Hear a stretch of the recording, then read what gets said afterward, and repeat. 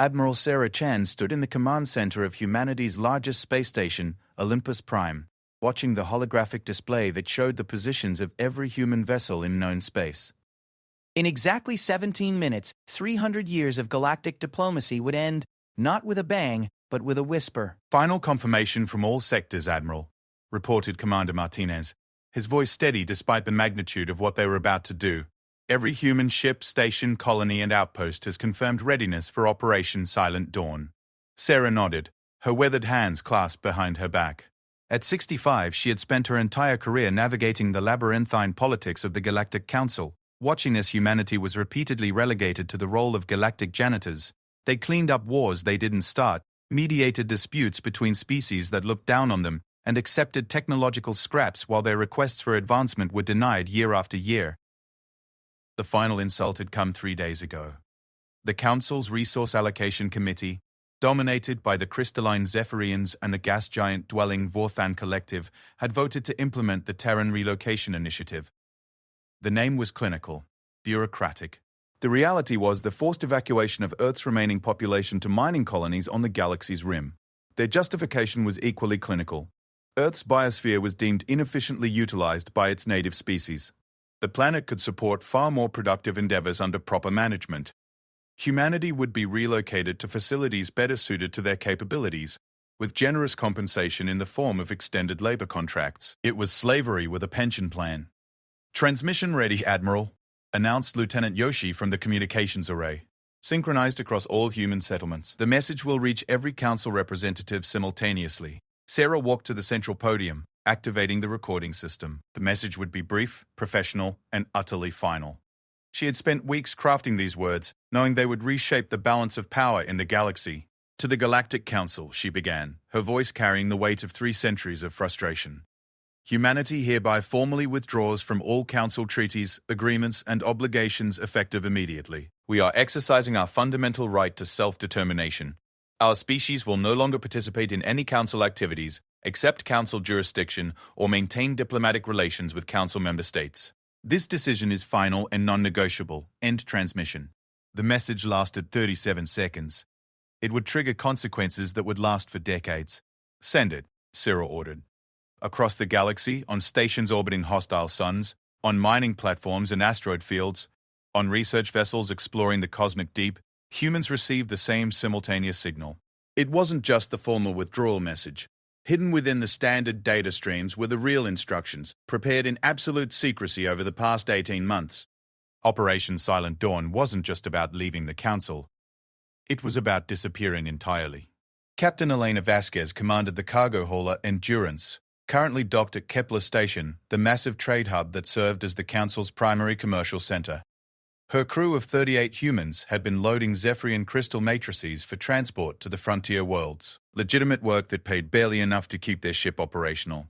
As the Silent Dawn signal reached her ship, Elena activated the pre-positioned charges her chief engineer had carefully placed throughout the cargo bay. The Zephyrian crystals were rare, expensive, and absolutely critical to several Council worlds' defensive systems. In the explosion that followed, years of stockpiled materials became cosmic dust. Similar scenes played out across the galaxy. Human crews sabotaged critical infrastructure they had been maintaining, erased databases they had been managing, and disabled systems they had been operating. 3 centuries of being treated as junior partners had given humanity access to almost every vital system in Council space. Dr. James Park worked in the xenobiology lab aboard the Council's premier research station, Synthesis.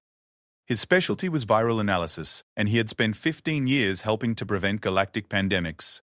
As Silent Dawn activated, he began systematically deleting every research file, destroying every sample, and wiping every backup of humanity's medical knowledge. The Council races might survive without human maintenance and medical expertise, but it would be expensive and time-consuming to rebuild what they were losing. Commander Rebecca Torres led the human security detail on New Arcturus, the Council's administrative capital. Her team of 200 Marines provided protection for the most important diplomatic meetings in the galaxy. As the Silent Dawn signal reached them, they simply walked away from their posts, abandoning their weapons and equipment. Within hours, the Council chambers erupted in chaos. Without human mediators to manage the complex translation protocols between 17 different forms of communication, routine discussions became impossible. The Vorthan delegates, who communicated through electromagnetic pulse patterns, found themselves unable to interface with the crystalline Zephyrians, who relied on harmonic frequency modulation. On Earth itself, the response was even more dramatic. The planet's orbital defense grid, built and maintained by human engineers using Council specifications, suddenly went dark. Every satellite, every weapons platform, every communications relay simply stopped responding. Governor Maria Santos stood in the Council's Earth Administration building as emergency lights flickered and backup systems failed one by one.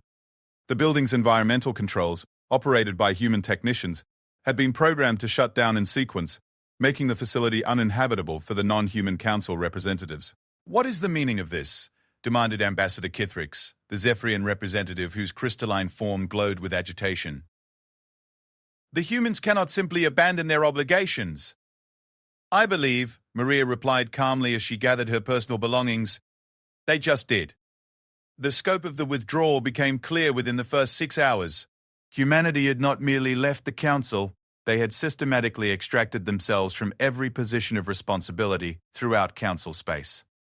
Ship maintenance, medical services, infrastructure management, diplomatic translation, security operations, research and development, and countless other functions that had been quietly handled by humans for generations suddenly ceased. More troubling for the Council leadership was the realization that they had lost track of nearly every human ship in the galaxy. The vessels hadn't been destroyed, they had simply vanished from all tracking systems.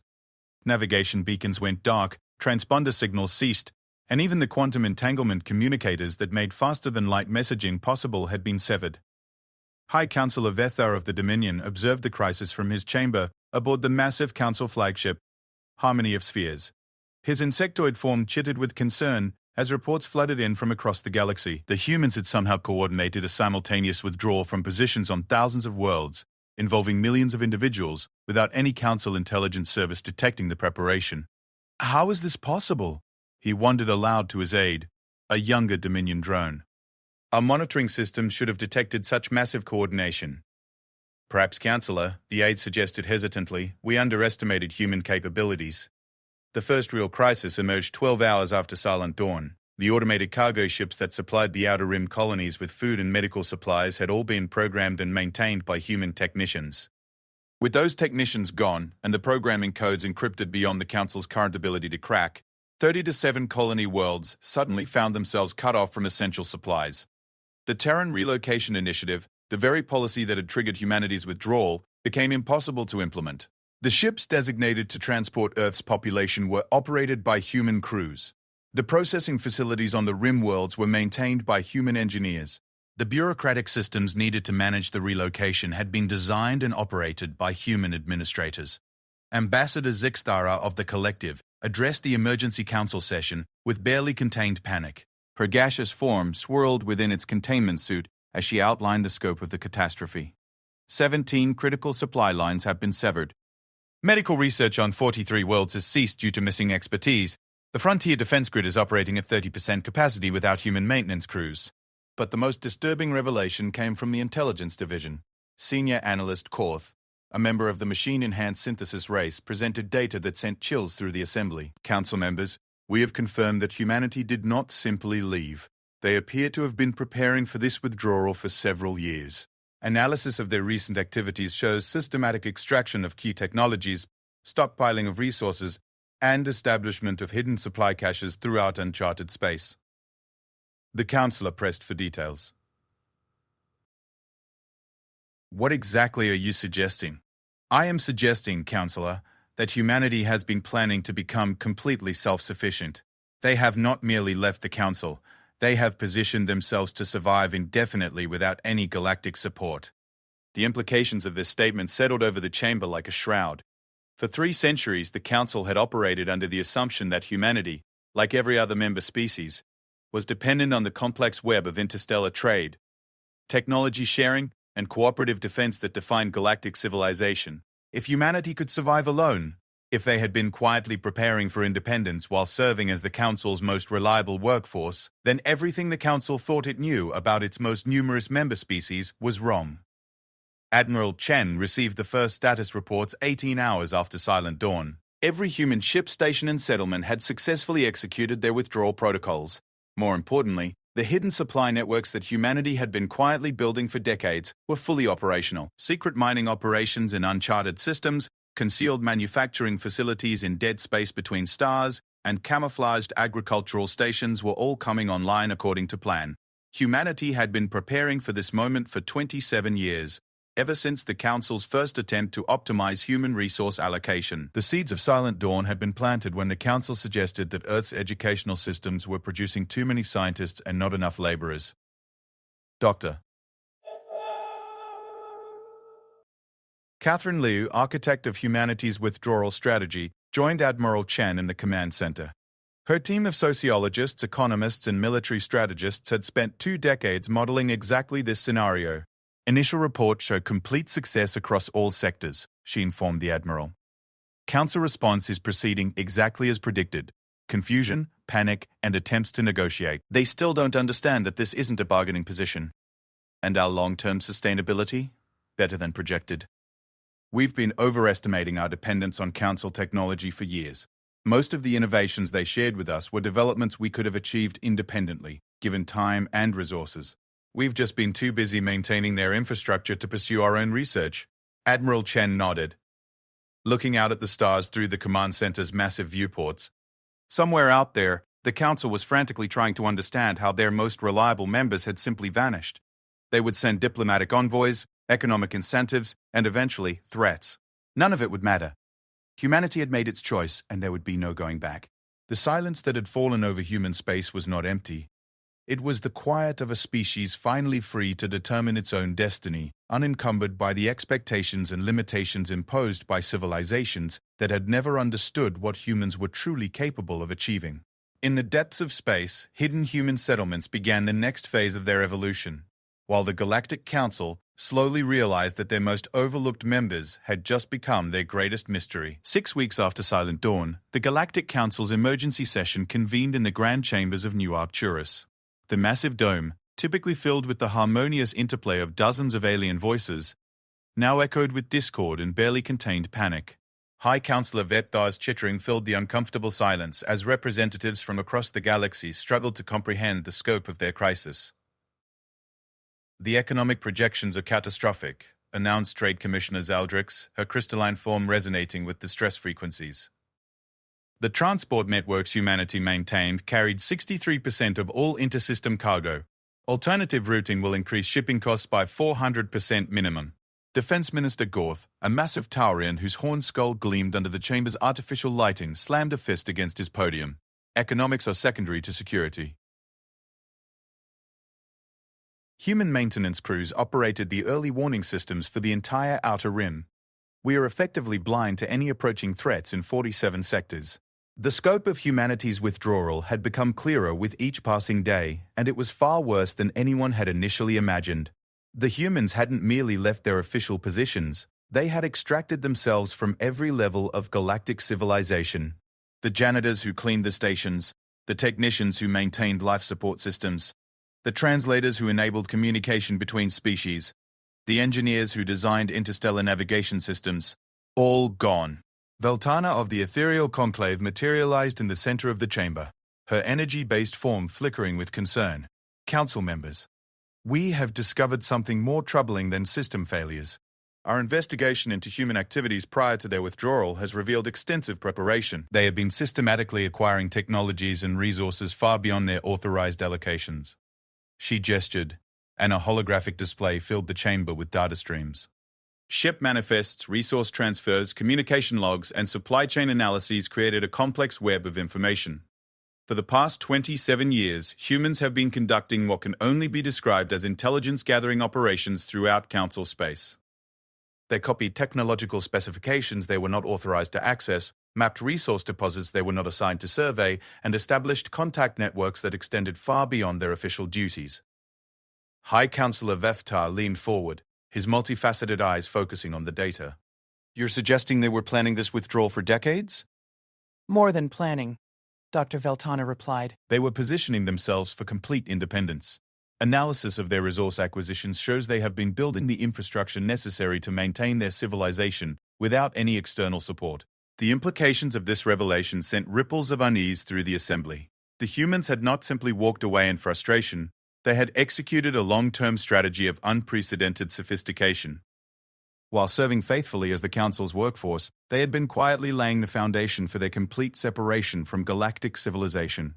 Ambassador Kithrix of the Zephyrian hegemony rose from her crystalline throne, her harmonic voice carrying undertones of alarm. Where are they now? We have deployed search fleets to every known human settlement, but they have found only abandoned facilities. That is correct.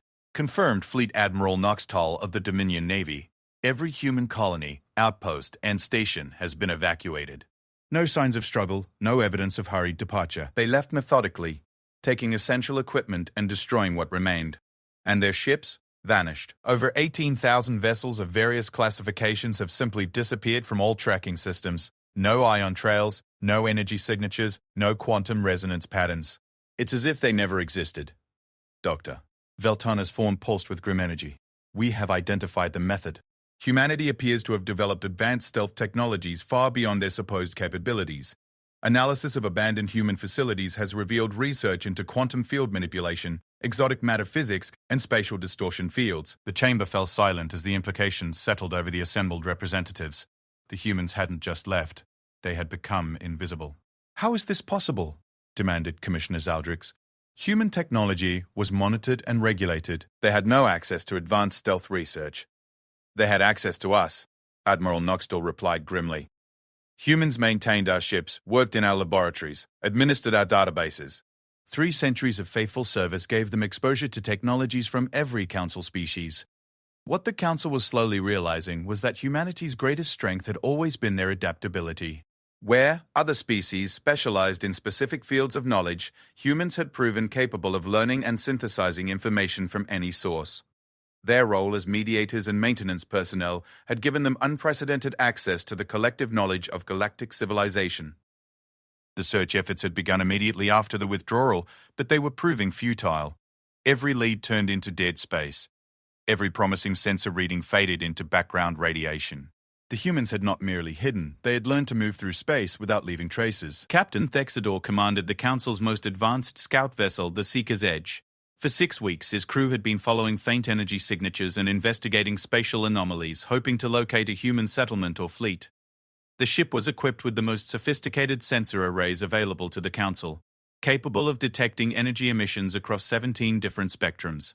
Contact bearing 27 Mark 15, reported his sensor operator, a young ethereal named Pixundra.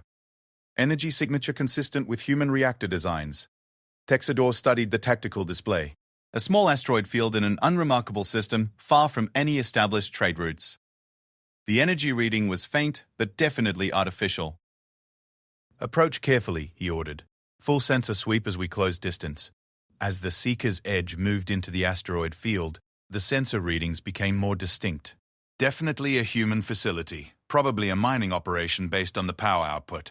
Thexidor felt a surge of satisfaction. They had finally found them. Captain, Pixandra's voice carried a note of confusion. The energy signature is getting stronger, but I'm not detecting any physical structure. Impossible. Check your calibrations. The ethereal ran through her sensor diagnostics twice, then looked up with alarm. Captain, the readings are accurate. We're detecting human technology, but there's nothing here. As if responding to her words, the space around them suddenly filled with light. Not the harsh illumination of weapons fire, but the warm glow of activation systems. The asteroids weren't asteroids, they were camouflaged structures, and they were coming online. Unknown vessel. A calm human voice spoke over the communications channel. You are trespassing in restricted space. Withdraw immediately or face defensive action.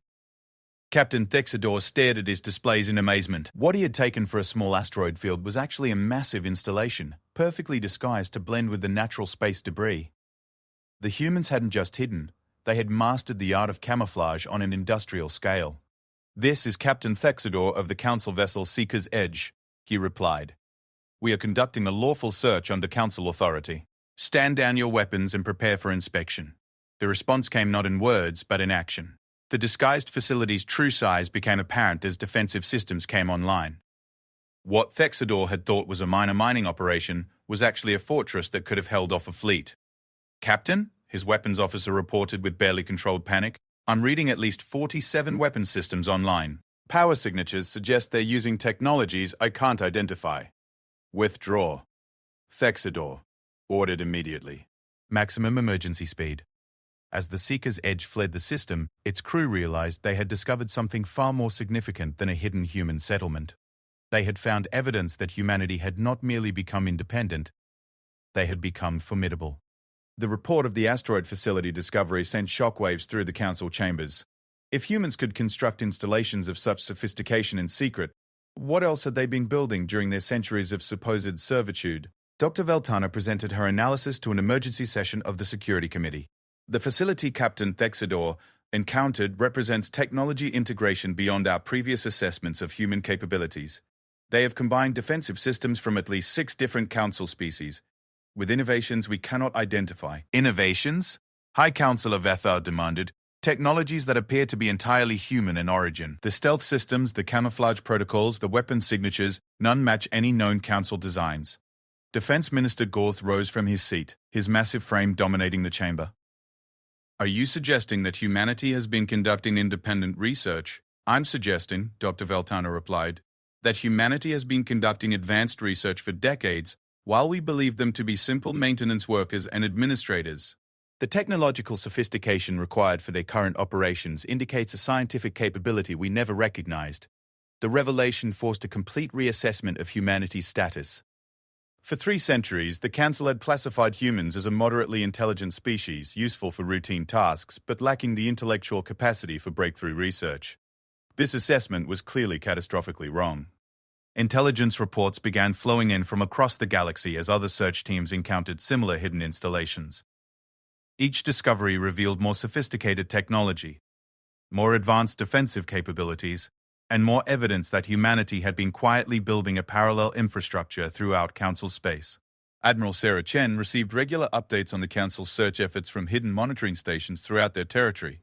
Humanity's intelligence network, built over centuries of working within Council systems, remained active and largely undetected. They've found 17 installations so far, reported Dr. Liu, studying the latest intercepts. All outer perimeter sites that we expected them to discover eventually. And their response? Escalating panic. The Council is realizing that their assessment of human capabilities was incorrect, but they haven't yet grasped the full scope of our preparations. Admiral Chen nodded with satisfaction. The phased revelation strategy was working perfectly. Allow the Council to discover some facilities while keeping the majority hidden. Let them realize that humanity was more capable than expected, but not reveal the true extent of their development. What about military preparations? Increasing. Intelligence suggests they're preparing to deploy significant force to locate and neutralize our installations. Defense Minister Gorth is advocating for immediate military action. Expected. How long until they're ready for major operations? 6 to 8 weeks, assuming they can coordinate between species that are still struggling to communicate without human translators. The irony was not lost on either of them. The Council's response to humanity's withdrawal was being slowed by the very problem that withdrawal had created. Without human mediators, the complex alliances that made Council military action possible were barely functional. As the Council struggled to organize their search efforts, humanity was moving to the next phase of their plan. The installations the Council had discovered were deliberately exposed to give the impression that humans were hiding in isolated outposts throughout the galaxy. The reality was far different. Humanity's main settlements were not in Council space at all, but in carefully selected systems beyond the galaxy's established borders. For 27 years, human exploration vessels had been secretly charting routes to uninhabited systems rich in resources and ideal for colonization. Captain Elena Vasquez, formerly of the cargo hauler Endurance, now commanded the colony ship New Horizon in the Kepler 042 system, 67 light-years from the nearest Council outpost. Her vessel was one of over 300 ships that had carried the bulk of humanity's population to carefully prepared settlements throughout previously unexplored space. Final population count completed, reported her first officer. 17,400,000 humans now settled in the Kepler colonies. Agricultural systems are operating at 112% of projected capacity. Elena looked out at the bustling orbital platforms that surrounded Kepler. 442b, humanity's new primary world. The planet was larger than Earth, with a more stable climate and abundant resources. Most importantly, it was completely outside Council space and far enough from established trade routes to remain hidden indefinitely. Any word from the other colony groups? All reporting successful establishment. Total human population in the new territories is approaching 93 million. The Centauri group is requesting additional medical supplies, but otherwise all settlements are self-sufficient. The scope of humanity's evacuation was staggering. Nearly the entire species had been relocated to new worlds while maintaining the illusion that they were simply hiding in Council space. The installations the Council was discovering were mostly automated facilities designed to support the relocation effort and confuse any pursuit. But the Council's growing military preparations meant that the next phase of the plan would need to begin soon. Humanity's withdrawal had been designed to be permanent, and they were prepared to defend that independence against any challenge. The question was no longer whether the Council would come looking for them, but whether the Council was prepared for what they would find when they did. 3 months after Silent Dawn, the largest military fleet in galactic history assembled at the Nexus Point, a gravitational anomaly that served as the Council's primary staging area for major operations. Over 4,000 ships from 17 different species formed an armada that could have conquered entire star systems. Their mission was simpler but perhaps more challenging: find humanity and force their return to Council authority. Fleet Admiral Corvin of the Hegemony Ascendant stood in the command center of the massive battleship Eternal Dominion, watching as the final squadrons took their positions. His scaled hide gleamed under the harsh lighting as he reviewed the tactical displays that showed the unprecedented scale of the operation. "All battle groups report ready status," announced his aide, Commander Nixtel. "Logistics train is fully loaded. Deep space reconnaissance assets are deployed." Corvin nodded grimly.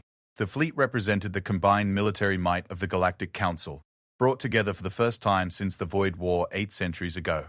That humanity had forced such a massive response spoke to how seriously the Council was taking their disappearance.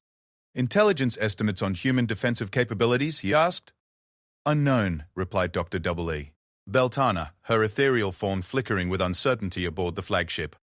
"Analysis of the installations we've discovered suggests technological sophistication beyond our previous assessments, but we have no data on their total military capacity.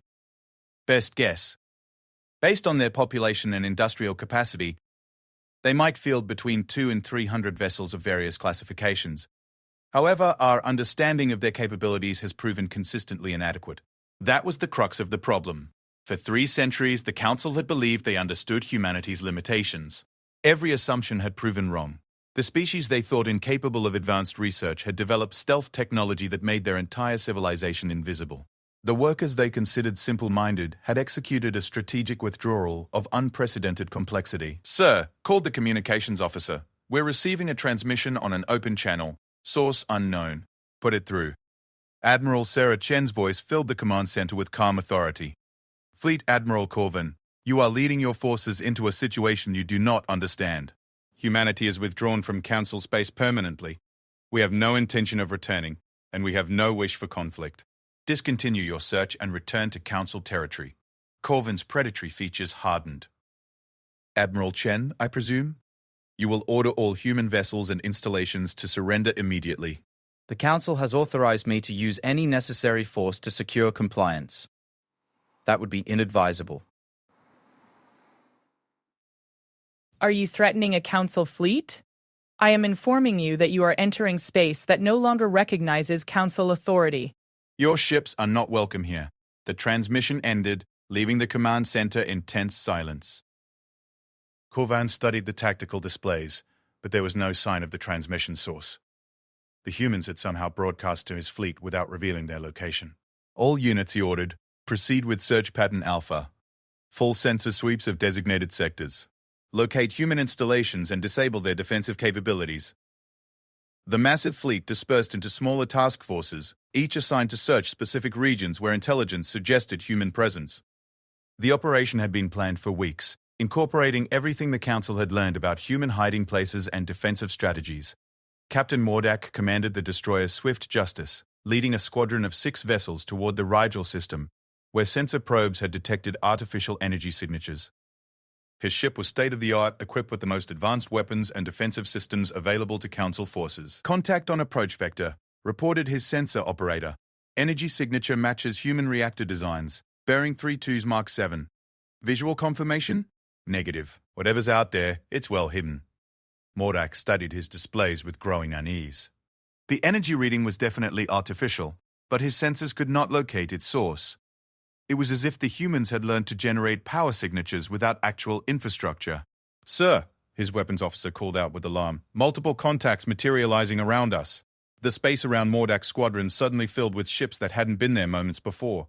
Not the crude human vessels the Council forces expected, but sleek, powerful warships that seemed to emerge from nothingness itself. "Unknown vessels," Mordak transmitted. "Identify yourselves and stand down." The response came in the form of weapons fire that his tactical computer couldn't identify. Not plasma beams or particle cannons, but something that seemed to bend space itself around his ship's shields. The Swift Justice shuddered as energy cascaded across its hull.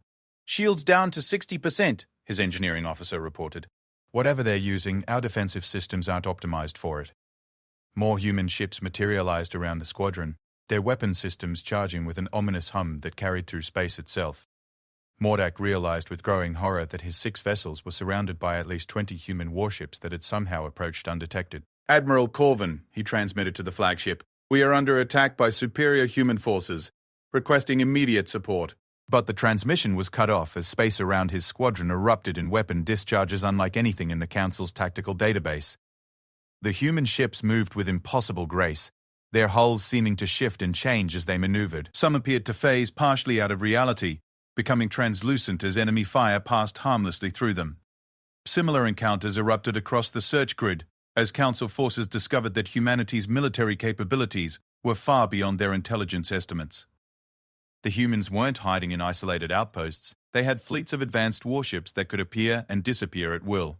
Aboard the Eternal Dominion, Fleet Admiral Corvin watched in growing alarm as reports flooded in from across the operation area.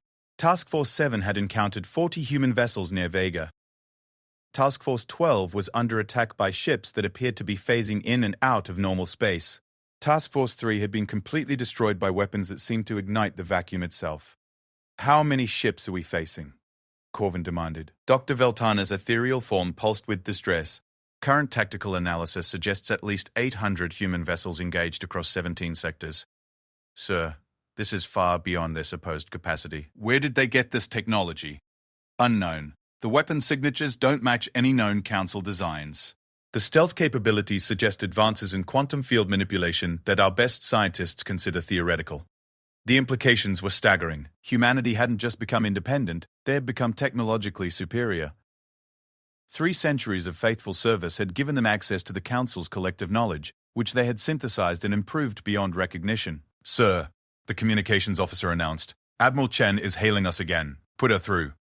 This time, Admiral Chen's image appeared on the main screen. She was standing in what appeared to be the command center of a massive vessel, surrounded by displays showing the tactical situation across multiple star systems. "Fleet Admiral Corvin," she said calmly, "your forces are outmatched and surrounded. I am offering you one opportunity to withdraw with minimal casualties." "Surrender is not an option," Corvin replied, though his voice lacked its earlier confidence. "I'm not asking you to surrender. I'm asking you to recognize that this conflict serves no purpose.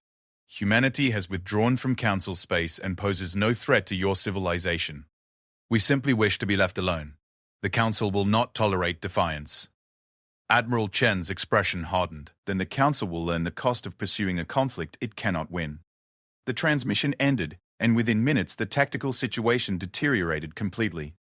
Human fleets materialized throughout the operation area, not just around individual Council squadrons, but surrounding the entire armada. The scale of the ambush was beyond anything in the Council's military experience. "Sir," reported the tactical officer with barely controlled panic, "sensor analysis indicates over 2,000 human vessels have entered the engagement zone. They appear to be coordinating through communication systems we cannot detect or intercept." Corvin stared at the displays in disbelief. The humans had not merely hidden from the Council's search, they had used it as bait for a trap of unprecedented scale. Every Council ship in the fleet was now surrounded by superior forces using technology that rendered conventional defensive strategies useless. "All units," he ordered grimly, "prepare for full engagement. We may not be able to win this battle, but we will not surrender without a fight." The battle that followed would be remembered as the greatest military disaster in the Council's history. Human ships moved through space like predators, their weapons cutting through Council defensive systems as if they were tissue paper. The stealth technology that had hidden their movements proved equally effective in combat, allowing human vessels to phase in and out of reality to avoid return fire. Captain Elena Vasquez commanded the human battleship Defiance in the engagement, her vessel part of the fleet that had surrounded the Council forces. Her ship had been built in the secret shipyards of the outer colonies, incorporating technologies that humanity had spent decades developing in secrecy. "Target the command ship," she ordered. "Disable their communications but minimize casualties. These people are not our enemies, they're just following orders." The Defiance moved through the battle with fluid grace, its weapon systems targeting specific systems on Council vessels rather than attempting to destroy them outright. Humanity's goal was not to massacre their former colleagues, but to demonstrate that continued conflict was futile. "Enemy flagship's communications are down," reported her weapons officer. "Their tactical coordination is failing." Around them, the battle was unfolding with surgical precision. Human commanders had studied Council military doctrine for decades, and they knew exactly how to disrupt the complex coordination required for multi-species fleet operations. Disable communication systems, jam sensor networks, and the mighty Council Armada became a collection of individual ships fighting isolated battles. Fleet Admiral Corvin watched his magnificent fleet disintegrate with growing despair. Ships that had seemed invincible just hours ago were being systematically disabled by human vessels that fought like nothing in his experience. The enemy didn't seek to destroy his forces. They were proving they could destroy them any time they chose. "Sir," his communications officer reported, "we've lost contact with 63% of the fleet. The humans appear to be jamming our command frequencies selectively." "Damage reports?" "Surprisingly light casualties considering the scale of engagement. The humans are targeting systems rather than crew areas. It's as if they're trying to disable us rather than kill us." The realization sent a chill through Corvin's command staff. The humans weren't fighting a war. They were giving a demonstration. They were showing the Council exactly how outmatched their forces were while deliberately avoiding a massacre that would escalate the conflict beyond any hope of resolution. "Admiral Chen is hailing us again," announced the communications officer. Admiral Chen appeared on the main screen once more, but this time the background showed a tactical display that revealed the true scope of the human fleet. Thousands of vessels stretched across multiple star systems, their formations suggesting military organization beyond anything the Council had imagined. "Fleet Admiral," she said quietly, "your mission is complete.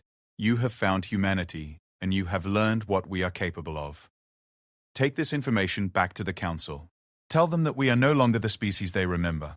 We have evolved beyond their recognition, and we will defend our independence with capabilities they cannot match." "This isn't over," Corvin replied, though his words sounded hollow even to himself. "It is over," Admiral Chen corrected. "The Council can choose to accept that fact peacefully, or they can send more fleets to learn the same lesson. The outcome will be the same." The human fleets began to withdraw as suddenly as they had appeared, their vessels fading from sensors and disappearing into the void.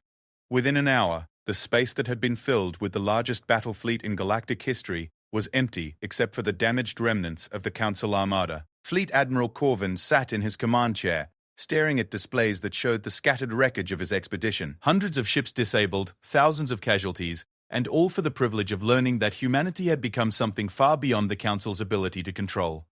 The greatest military force in the galaxy had been defeated not by superior numbers or overwhelming firepower, but by a species that had simply outgrown the need for galactic civilization. The humans hadn't just left the Council, they had evolved beyond it. As the surviving Council ships began the long journey home, they carried with them the sobering knowledge that the balance of power in the galaxy had fundamentally changed. Humanity was no longer a member species to be managed and directed. They had become something entirely new. 6 months after the failed Council expedition, the galaxy had settled into an uneasy new reality. The proud civilizations that had ruled the stars for millennia were learning to function without the foundation of human labor that had quietly supported their empire. Supply chains collapsed, communication networks failed, and the complex diplomatic machinery that had prevented major conflicts for centuries ground to a halt. High Councilor Vethtar stood in the ruins of what had once been the Council's most impressive achievement, the Grand Assembly Chamber on New Arcturus. The massive dome that had housed representatives from across the galaxy now sat half empty, its environmental systems failing without human technicians to maintain them. The air recycling units coughed and wheezed, producing an atmosphere barely suitable for the dozen species still attempting to govern galactic affairs. Trade Commissioner's report. Vethtar requested, though he dreaded the answer. Zaldrix's crystalline form had dimmed noticeably over the past months, her harmonic frequencies weak with exhaustion. Interstellar commerce has declined by 78%. The shipping networks humanity maintained have collapsed. Alternative transportation is available, but costs are prohibitive for most worlds. Defense status? Critical, responded Defense Minister Gorth, his massive frame slumped with defeat. The Outer Rim early warning systems remain offline. We have confirmed incursions by pirate groups in 17 sectors that lack the coordination necessary for effective response. The litany of failures continued as each department head reported the systematic breakdown of galactic civilization. Healthcare networks without human doctors and researchers. Communication systems without human translators. Industrial facilities without human engineers. The Council had built their empire on the backs of a species they had dismissed as intellectually inferior, and now they were paying the price for that arrogance. Doctor. Veltana materialized in the center of the chamber, her ethereal form flickering with barely contained distress. Council members, I have completed my analysis of the engagement with human forces 6 months ago. The results are troubling. She activated a holographic display that showed tactical recordings from the battle. Human ships moved through space with impossible grace, their weapons systems demonstrating capabilities that defied current understanding of physics. The human vessels employed at least 7 distinct technologies that we cannot replicate or counter: quantum phase shifting, spatial distortion fields, exotic nanomanipulation, and several others that our scientists classify as impossible according to known physical laws. How did they develop these capabilities? Demanded Ambassador Kithrix. That is the question that should concern us most, Doctor.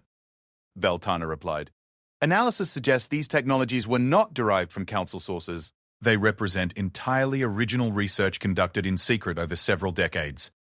The implications were staggering. While serving as the Council's maintenance workers and administrators, humans had been conducting breakthrough research that surpassed the combined scientific achievements of galactic civilization. They had not merely copied and improved Council technology, they had transcended it entirely. What do we know about their current activities? Vethtar asked. Intelligence Director Quarth's mechanical form whirred as he accessed classified data files. Our surveillance assets in the outer sectors have detected significant human activity in previously unexplored regions. Construction of massive installations, movement of large population groups, and energy signatures suggesting industrial operations of unprecedented scale. Population estimates. Unknown. Our last census indicated approximately 100 million humans throughout Council space. Analysis of evacuation patterns suggests that number was artificially low. It may have been dealing with a population several times larger than our records indicated. The revelation that humanity had hidden the true size of their population for decades was another blow to the Council's understanding of their former subjects. Every assumption about human capabilities, limitations, and intentions had proven catastrophically wrong. In the Kepler-40 system, Admiral Sarah Chen stood on the observation deck of humanity's new capital station, watching as massive construction ships assembled the framework for what would become the largest space habitat ever built. The orbital ring around Kepler 442b would house 50 million people when completed, a testament to humanity's newfound freedom to pursue ambitious projects without Council oversight. Final population reports from all settlements, Dr. Liu announced as she joined the Admiral at the observation windows. 187 million humans now live in the outer colonies. The evacuation of Council space is complete. Chen nodded with satisfaction. The true scale of humanity's withdrawal was even larger than the Council suspected. For decades, humans had maintained parallel populations in hidden settlements throughout uncharted space while presenting false demographic data to their overseers. The Council had been governing a phantom population while the real humanity built an independent civilization among the stars. Industrial production status? Exceeding all projections. Without Council regulations limiting our technological development, our engineering teams have made breakthrough advances in manufacturing, energy production, and resource extraction. We're approaching post-scarcity economics across all essential goods. The transformation had been remarkable. Freed from the Council's insistence that humans focus on maintenance and service work, human scientists and engineers had unleashed decades of suppressed creativity. Technologies that would have taken centuries to develop under Council oversight had been perfected in months. Any contact from Council representatives? 17 diplomatic missions have requested meetings. All have been politely declined. The message is consistent. They want to negotiate humanity's return to Council space under improved terms. Chen almost laughed at the absurdity. The council still believed this was a labor dispute that could be resolved with better working conditions. They had not yet grasped that humanity had evolved beyond any need for their oversight. What about the other situation? Doctor, Leo's expression grew serious. Confirmed. The Devourers have been detected in the outer spiral arm. Their advanced scouts are approximately 2 years from the nearest Council worlds. The Devourers represented a threat that the Council had not faced in over a millennium, a machine intelligence of unknown origin that consumed entire worlds to fuel its expansion. They had appeared and disappeared throughout galactic history with devastating effect. The last major incursion had required the combined effort of every Council species to repel. Now, with the Council's military capabilities crippled by humanity's withdrawal and their coordination systems in shambles, they were hopelessly unprepared for such a threat. Have we informed the Council? Through intelligence channels, they are aware of the approaching danger. And their response? Denial, initially. Then panic when our data was confirmed by their own sensors. They are currently attempting to organize a defense with the forces they have available. Admiral Chen studied the tactical displays that showed the Devourer advance. The machine intelligence moved through space like a plague, stripping entire star systems of resources and leaving nothing but dead worlds in its wake. The Council forces that had once stood guard against such threats were scattered and demoralized after their failed expedition against humanity. Recommendations from the Strategic Council? Unanimous. Humanity should remain neutral and allow events to proceed naturally. The Devourers will either destroy the Council or be repelled by their remaining forces. Either outcome eliminates potential future threats to human independence. It was a cold calculation, but strategically sound. The Council had spent centuries treating humanity as expendable resources. There was no moral obligation to rescue them from the consequences of their own arrogance. But Chen found herself troubled by the implications.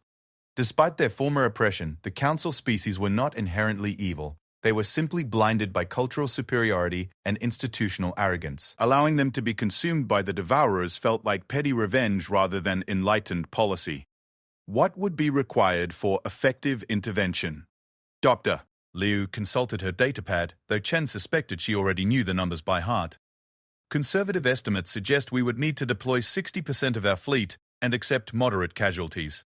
The strategic advantage would be significant, demonstrating human military capabilities while positioning ourselves as protectors rather than threats. And if we don't intervene? The Council will likely be destroyed or severely weakened. Surviving populations will be scattered and technologically regressed. The galaxy will enter a period of chaos that could last centuries. Chen considered the options carefully. Humanity had the power to save their former oppressors, but no obligation to do so. The question was whether they wanted to be remembered as the species that chose isolation while civilizations burned, or as the protectors who rose above past grievances to defend those who could not defend themselves. The debate had been raging in human settlements throughout the outer colonies. Some argued for complete neutrality, allowing natural consequences to teach the Council the price of their arrogance. Others advocated for intervention, not to rescue the Council, but to establish humanity's position as the dominant force in the galaxy. A third option was gaining support among the leadership, conditional assistance. Offer to help defend against the Devourers in exchange for permanent recognition of human independence and technological superiority. Force the Council to acknowledge the new reality while demonstrating humanity's capacity for mercy. Schedule a meeting with the full Strategic Council. Chen decided. We need to make a decision before the situation deteriorates further. Meanwhile, in the failing corridors of New Arcturus, the Council leadership struggled with their own impossible choices. The Devourer threat was confirmed and growing, but their military forces remained scattered and demoralized after the disastrous encounter with humanity. The complex communication networks that had allowed multi-species coordination were still barely functional without human translators. Tactical assessment, Fleet Admiral Corvin reported to the emergency session. Available forces total approximately 800 vessels. Tactical analysis suggests we need at least 2,000 ships of comparable capability to mount effective resistance against a major Devourer incursion. Alternative strategies? High Councilor Vetha asked desperately. Evacuation of core worlds and strategic withdrawal to defensible positions. We might be able to preserve some population centers while sacrificing the outer territories. The implications were clear. The Council faced the first existential threat in their history at the moment when they were least capable of responding. Their military forces were inadequate, their coordination systems were failing, and their industrial capacity was crippled by the loss of human technical support. What about negotiating with humanity? Suggested Dr. Beltana. They demonstrated superior military capabilities. Perhaps they would be willing to assist in exchange for concessions. What kind of concessions? Vethar demanded. Recognition of their independence. All. Formal acknowledgement that they are no longer subject to council authority. Perhaps even partnership status as an allied civilization. The suggestion was met with uncomfortable silence. For the council to formally acknowledge humanity as an equal power would be admission that their entire social and political structure had been based on false premises. It would fundamentally alter the balance of power in the galaxy. But the alternative was extinction. Ambassador Kithrix's crystalline form resonated with reluctance as she spoke. If we acknowledge human independence and technological superiority, what becomes of council authority? How do we maintain governance over other member species who might seek similar independence? Perhaps, Dr. Veltana suggested quietly, the age of council dominance is ending. Perhaps we must adapt to a galaxy where humanity sets the terms of engagement. The chamber fell silent as the representatives contemplated the death of everything they had known. The galactic order that had persisted for millennia was crumbling, and their survival might depend on accepting guidance from the species they had treated as inferior servants. Outside the failing council chambers, the galaxy held its breath. The Devourers approached through the void, bringing with them the promise of extinction for any civilization unable to mount adequate defense. The council military forces prepared for a battle they could not win. And in the outer colonies, humanity debated whether to save those who had never valued their worth. The next few months would determine whether the galaxy would be reshaped by machine intelligence consuming everything in its path, or by human compassion choosing to protect even their former oppressors. The age of council supremacy was ending. What would replace it remained to be seen. 1 year after Silent Dawn, the Devourer Vanguard reached the outer rim of council space. The machine intelligence moved through the galaxy like a cosmic plague, consuming entire star systems with methodical efficiency. Behind their advanced forces, massive harvester ships stripped planets down to their cores while constructor vessels built new machines from the raw materials. Admiral Sarah Chen stood in the command center of the human flagship Ascendant, watching tactical displays that showed the approaching catastrophe. The Devourers had already consumed 17 star systems, and their advance showed no signs of slowing. At their current rate of expansion, they would reach the Council's core worlds within 8 months. Final vote tallies from the Colonial Assembly. Dr. Lee reported as she joined Chen at the central display. 73% in favor of intervention. The margin increases to 80 to 1% if we include conditional terms. Chen nodded thoughtfully. The debate had raged for months across every human settlement. Some advocated for complete neutrality, arguing that the Council's destruction would eliminate any future threat to human independence. Others pushed for immediate intervention, believing that humanity had a moral obligation to protect those who could not protect themselves. The winning position was more pragmatic. Conditional assistance. Help defend against the Devourers, but only in exchange for fundamental changes to the galactic power structure. The Council would have to publicly acknowledge human independence, accept humanity as the dominant military power, and agree to a new framework for interstellar relations. Status of Council forces deteriorating rapidly. They've lost contact with the outer colonies entirely. The defense fleet is attempting to form a line at the Rigel system, but their coordination is failing without proper communication networks. The irony was bitter but undeniable. The same Council that had dismissed humans as intellectually inferior was now collapsing, because they had never learned to function without human expertise. Their vaunted multi-species cooperation required constant translation, mediation, and technical support that only humans had provided. Any response to our offer? Officially, no. High Council of Vethar maintains that the Council will not negotiate with rebellious former subjects. Unofficially, we're receiving desperate messages from individual member worlds requesting immediate assistance. Chen studied the tactical situation with growing concern.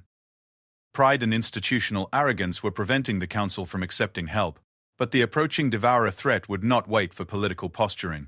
If something didn't change soon, the galaxy would face the largest machine intelligence incursion in recorded history with inadequate defenses. Dr.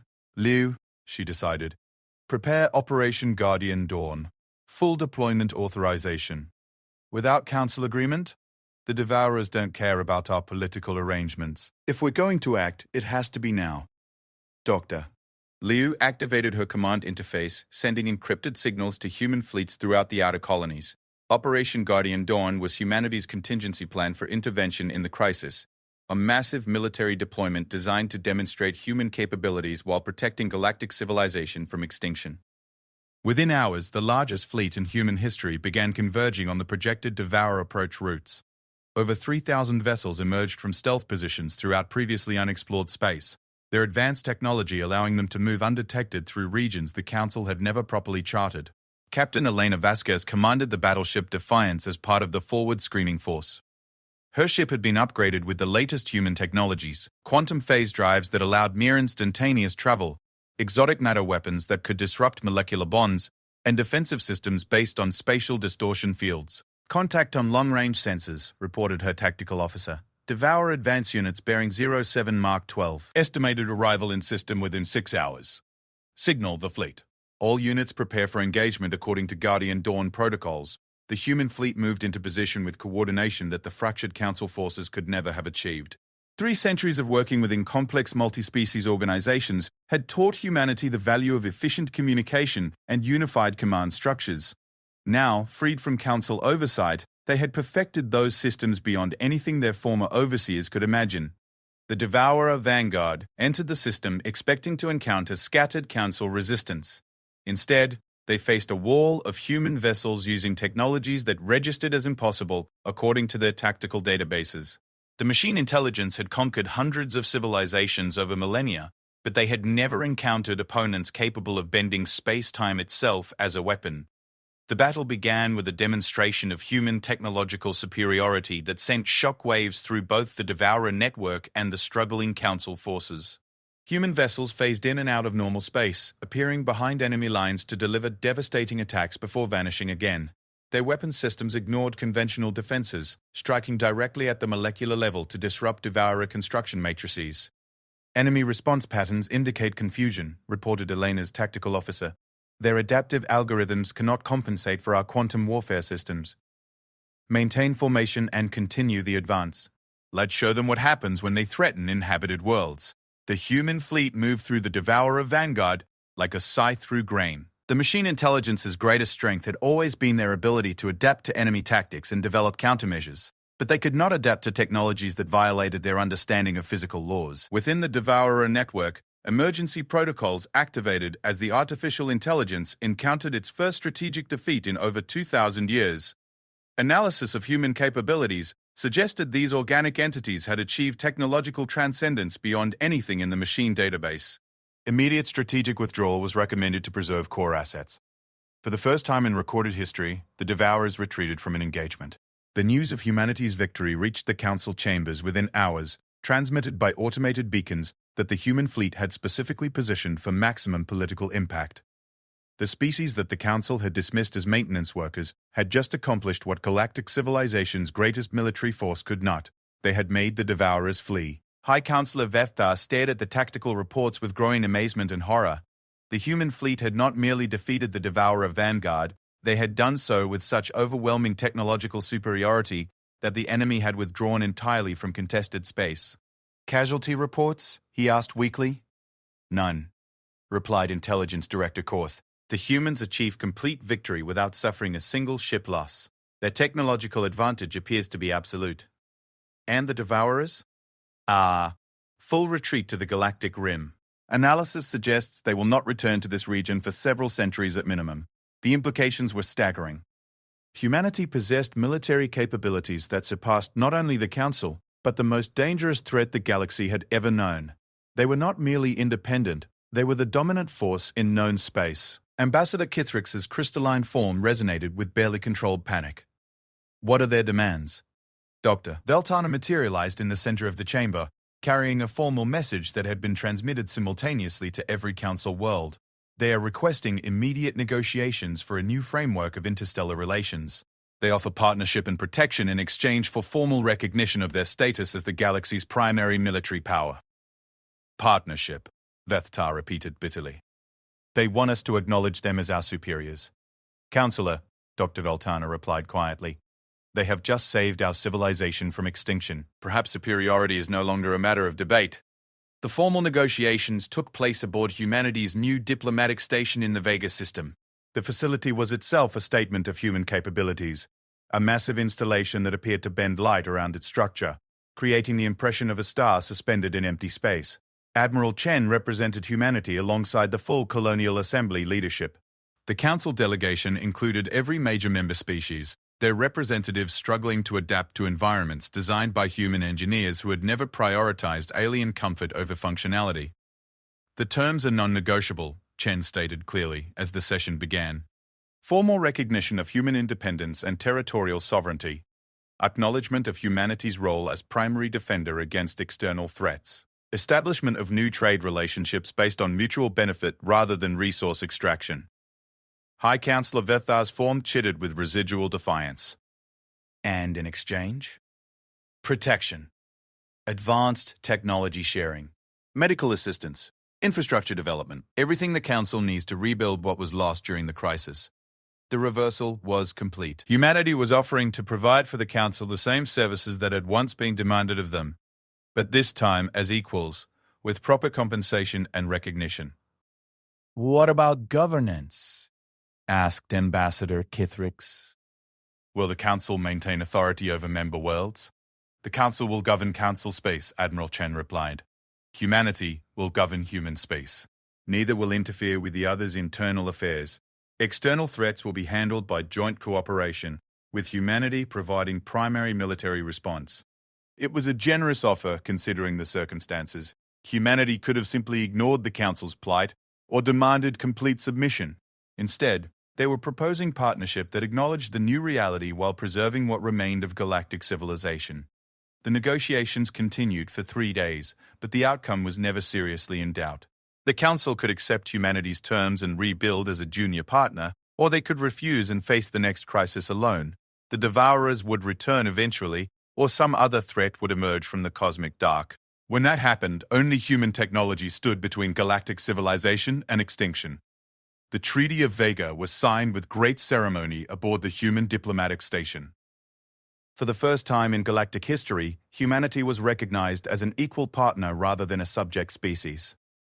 More significantly, they were acknowledged as the protectors of civilized space, the guardians who would stand watch against threats too powerful for any individual species to face.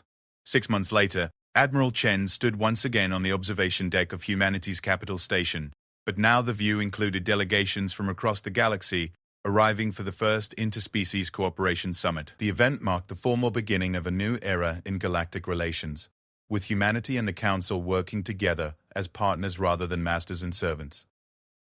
Final integration reports. Dr. Liu announced as she joined Chen at the viewing ports.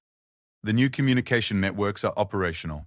Council medical facilities are being upgraded with human technology.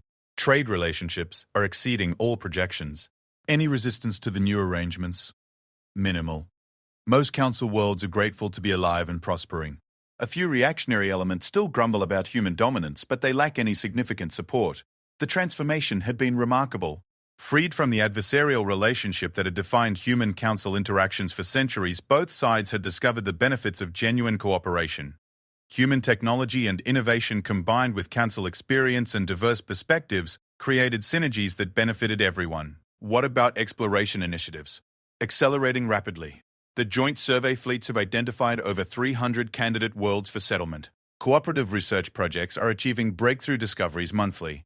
We're mapping previously unknown regions of space and making contact with species beyond Council influence. Chen nodded with satisfaction. The future that humanity had envisioned during their long years of servitude was finally becoming reality.